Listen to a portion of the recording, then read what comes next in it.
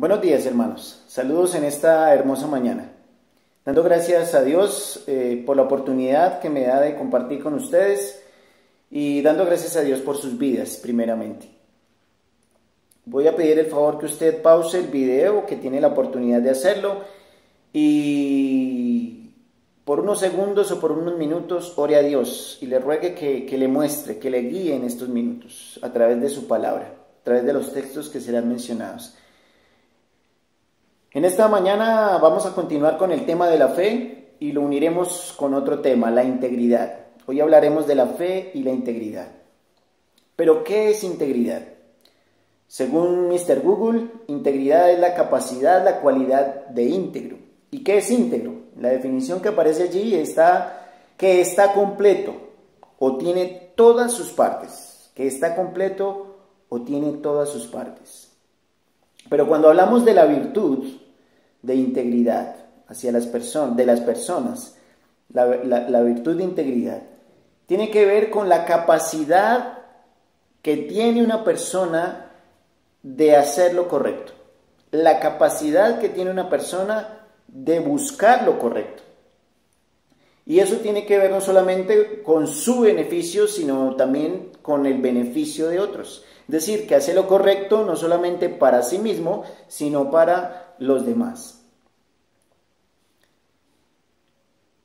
¿Por qué he tocado este tema en esta mañana? ¿Por qué he ligado la fe con la integridad? ¿Por qué es importante? Porque uno de los personajes que serán mencionados en esta hora habló de ese tema, habló de la integridad. De hecho, él es reconocido como una persona íntegra. Y es David.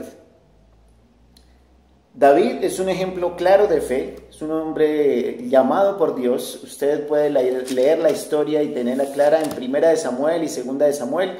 Están narrados los hechos y las obras de David. Allá en el capítulo 13 habla de él. 1 de Samuel capítulo 13, versículo 14 dice de la siguiente manera. Voy a tomar los textos en versión Reina Valera. Mas ahora tu reino no será duradero. Jehová se ha buscado un varón conforme a su corazón, el cual Jehová ha designado para que sea príncipe sobre su pueblo, por cuanto tú no has guardado lo que Jehová te mandó. Aquí este texto no le está hablando a David, le está hablando a Saúl, su antecesor en el reinado. Y este hombre, por lo que dice ahí, no guardó la palabra del Señor. Entonces Dios mismo le declaró que habría de buscar otro sucesor. Y la característica que menciona aquí es: Jehová se ha buscado un varón conforme a su corazón. Y entendemos entonces que es David. Pero cuando miramos un poco la vida de David y entendemos sus hechos, podemos reconocer que no era un hombre del todo santo, como mencionamos con algunos personajes anteriores. No era del todo justo en algunos momentos. Fue un hombre que cometió diferentes faltas y diferentes errores. Entonces, ¿cómo puede ser un hombre de estas características que sea conforme al corazón de Dios? ¿Y cómo puede un hombre de estas características hablarnos de integridad? Sin embargo, hay que entender un poco esa integridad. Algunos pensadores hoy en día, y yo he citado un pensador contemporáneo, que lo he compartido con los varones, y él medita acerca de la integridad. Habla de la integridad junto a la honestidad, porque lo ponen en algunos lugares como un sinónimo, integridad y honestidad. Sin embargo, este pensador dice que integridad y honestidad no es lo mismo. Dice que honestidad es lo que yo hago en público, la forma en que yo suelo comportarme en público. Yo trato de ser honesto. Pero sinceridad significa la forma en que yo me comporto en privado, como yo soy realmente en privado. Y él hace una discusión y pone unos elementos que si usted tiene la oportunidad puede preguntarme a través del WhatsApp o a través de otro medio. Y meditar y explicarle un poco, el tiempo no lo da para hablarlo, pero él habla de que honestidad no es lo mismo que integridad significa, y la capacidad de ser íntegro, es la capacidad de ser tal cual como somos, en todo lado. Sin embargo, eso es complicado, eso es difícil. es difícil que cada uno pueda mostrarse a todo el mundo como es. El único que yo puedo entonces reconocer que fue íntegro totalmente fue Jesús, que tenía claridad en su interior y en su exterior de quién era Dios y que era el Señor mismo, que mostraba su carácter. Y parte de lo que nos enseña la Escritura es que Dios es un Dios íntegro, porque Dios no cambia. Dios no se muestra tal cual como es. Él muestra todas sus cualidades en todo momento de la Escritura. Y podemos estar confiados en Dios porque Dios no está variando. Es un ser que es íntegro. Es el mismo Dios que hay que entender cómo actuaba en el Antiguo y cómo actúa en el Nuevo. Pero es el mismo Dios de amor. Es el mismo Dios que se manifiesta y que está manifestando todo su amor, todo su poder, toda su misericordia, también toda su santidad, de la cual hablamos ayer, y se muestra tal cual como es. Podemos saber quién es Él. Pero en nosotros, nuestros coterráneos y nosotros, cada uno de nosotros, en la vida normal, nos cuesta ser íntegros. Podemos ser sinceros, porque la sinceridad, ¿qué significa? Falta de fingimiento en lo que se dice o en lo que se hace. ¿Qué quiere decir? Que muchos de nosotros sí podemos reconocer que somos sinceros, pero no necesariamente la sinceridad es lo correcto. Muchas veces ser sinceros implica que yo digo lo que siento, lo que pienso o hago lo que pienso, y bueno, ser sincero porque soy acorde con lo que pienso, pero eso no significa que lo que yo hago o lo que yo digo es lo correcto. Pero ser íntegro entonces es hacer lo correcto, es buscar hacer lo correcto, para mí y para todo el mundo. Y eso nos cuesta trabajo. Entonces, pensando nuevamente en David, quisiera mencionar uno de sus escritos, uno de los salmos que fueron su mayor aporte a la Escritura. La gran mayoría de los salmos están escritos por él y el Salmo 26 habla de este tema, al principio y al final. Entonces quiero citar Salmo 26, ¿y qué habla David de la integridad? Y vamos a aprender un poco de lo que David habla. Dice así: júzgame, oh Jehová, porque yo en mi integridad he andado. He confiado asimismo en Jehová sin titubear.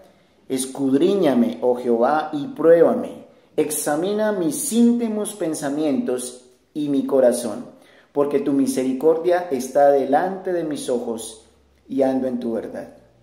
Creo que lo que propone aquí David es bien grande, es bien retante. No es fácil. No es fácil coger este versículo, este pasaje y decir, uy, sí, eso es lo que yo quisiera hacer. Quisiéramos hacerlo, pero nos cuesta mucho trabajo. Y proponer esto a Dios, como lo propone David, júzgame, oh Jehová, porque yo en mi integridad he andado. He confiado asimismo en Jehová sin titubear, dice. ¿Cómo podemos entender esto? Primero con la vida de David, que entendemos, y como ya he dicho, un hombre que falló muchas veces. Lo que nos dice la Escritura es que, y evidentemente menciona, es que cometió muchos errores, pero lo que también evidencia la Escritura es que fue un hombre que tuvo la capacidad de corregir, que tuvo la capacidad de arrepentirse. Es decir, aun siendo quien era, que llegó a ser el rey de Israel, uno de los más famosos de su pueblo y de su historia, que fue luego comparado entonces con la alusión al Señor y al Mesías, tenía todo el poder en sus manos para hacer lo que quisiera. Pero un hombre que en medio de su entendimiento reconocía sus errores también. Él fue confrontado muchas veces por profetas de Dios que le dijeron, tú estás equivocado y estás mal. Y él aprendió a reconocerlo. Entonces cuando se presenta diciendo a Dios, júzgame, que he confiado a sí mismo en Jehová sin titubear, es porque no necesariamente no era que no fallara, sino porque tenía la capacidad de arrepentirse y enmendar el camino hasta donde fue posible. Porque también la otra cosa es que por sus errores y sus pecados tuvo que sufrir diferentes experiencias, consecuencias de sus errores. De eso no lo libró el Señor, pero sí era un hombre que pudo corregir y pedir perdón. Otro asunto que dice ahí en el versículo 3 es que porque tu misericordia está delante de mis ojos. Y eso es algo que es muy importante reconocer en nuestras vidas, la misericordia del Señor. Entender que nosotros no somos los que hacemos las cosas, sino que es la obra de Dios la que nos permite hacer muchas cosas. Y que nuestra limitante está sujeto por el apoyo en su misericordia, no para seguir pecando o seguir en maldad o seguir cometiendo errores, sino para apoyarnos en hacer un cambio, hacer transformaciones. Y termina el versículo 3 diciendo, porque tu misericordia está delante de mis ojos y ando en tu verdad. Otra cualidad que tiene David y otra bendición que tenía David es que él tenía la ley en sus manos. A diferencia de los personajes anteriores que mencionamos, que solamente tenían un entendimiento de Dios y su relación con Dios, y aún así era muy grande. Por eso el ejemplo que yo puse de ellos, que no tenían toda la ley, toda la Biblia para entender, pero David sí tenía la escritura, tenía la ley en sus manos, y por eso él tenía esa capacidad de arrepentirse, de corregir, porque dicen, tu misericordia está delante de mis ojos y ando en tu verdad. Otro de los temas que él menciona y que yo ya dije es que él se enfatiza en ensalzar la ley de Dios, en ensalzar los principios de Dios, porque son esos principios los que le ayudaron a David a vivir una vida íntegra. Se comparaba constantemente con la ley. El 4 y el 5 dicen, no me he sentado con hombres hipócritas, ni entre los que andan simuladamente. Aborrecí la reunión de los malignos, y con los impíos nunca me senté. Eso es algo que él repite en muchos salmos. Él trató de librarse de personas que no estuvieran conforme a la voluntad de Dios. Trató de librarse de gente que no fuera conforme al corazón de Dios.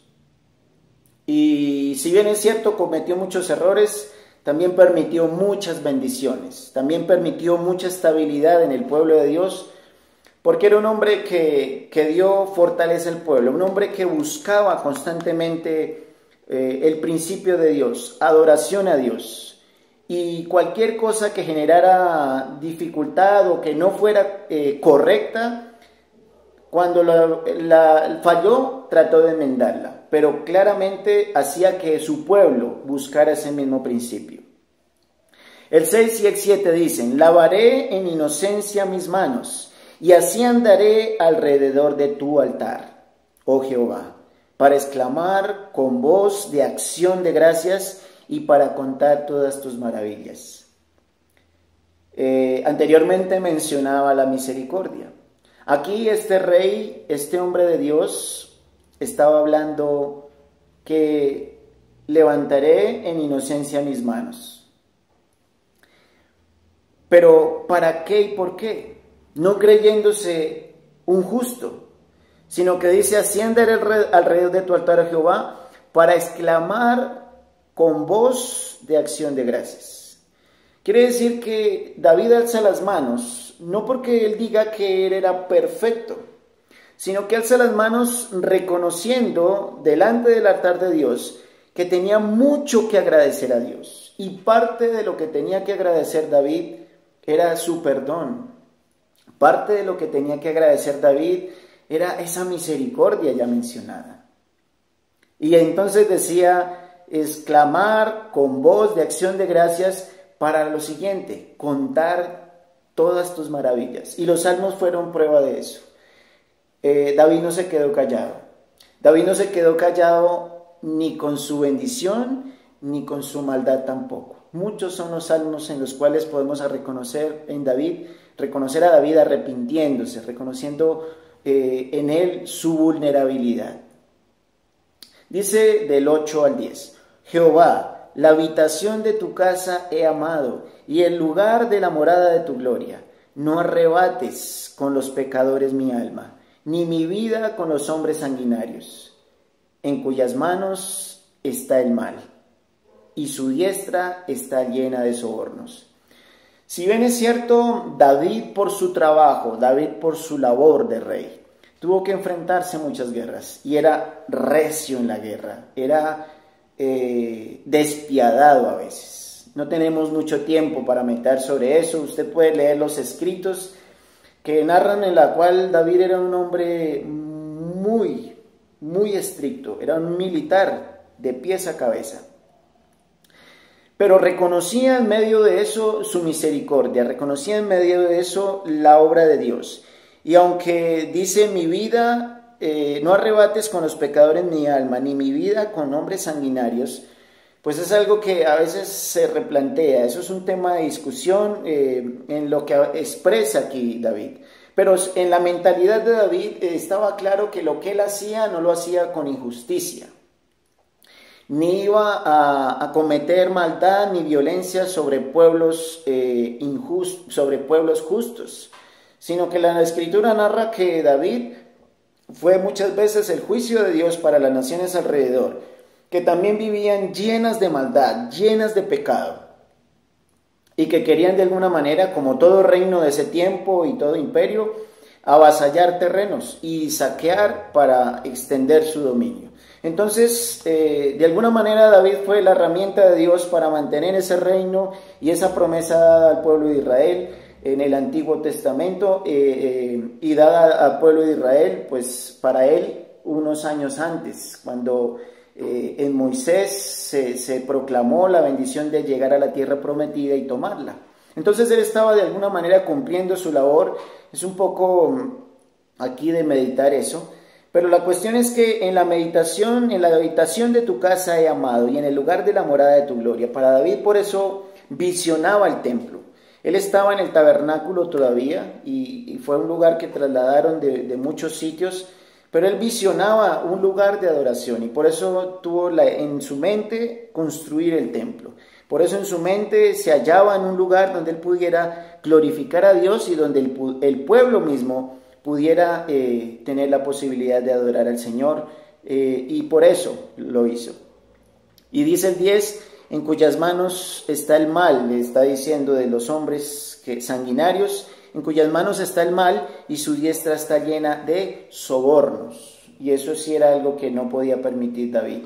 No era un hombre, como sucedió con los demás reyes posteriores a él, que sí sobornaron y se dejaron sobornar, especialmente a los profetas, que cuando llegaban con palabra de Dios los trataba de cambiar y como si cambiando al profeta cambiaran la voluntad de Dios. Y eso lo hicieron muchos de sus predecesores.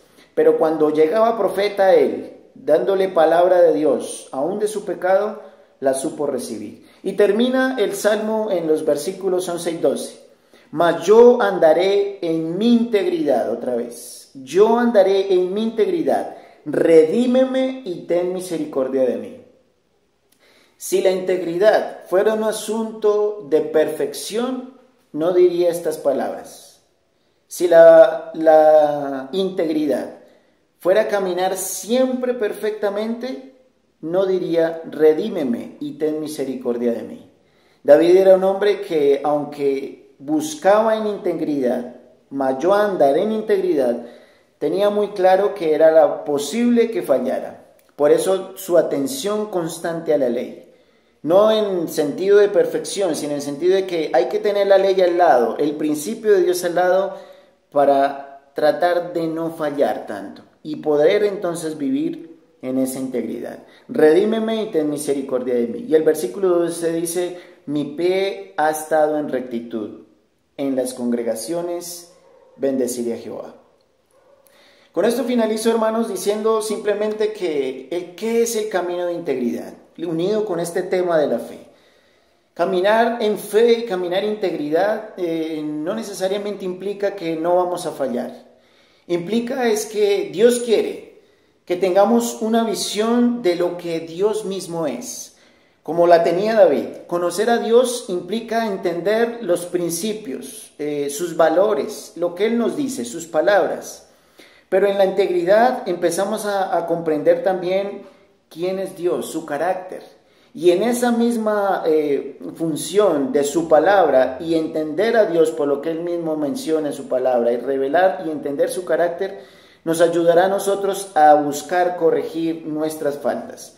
En la medida que empezamos a corregir nuestras dificultades, nuestras limitaciones, podremos empezar a caminar entonces en integridad y acercarnos al tema que hablamos el miércoles, santidad. Termino entonces aquí y que Dios les bendiga. Si tienen algún comentario, algún otro pensamiento de este salmo, no duden en ponerlo allí en el grupo de WhatsApp, o los que no están por medio del grupo de WhatsApp, entonces a mi WhatsApp personal y poder seguir meditando. Que Dios les bendiga en esta mañana.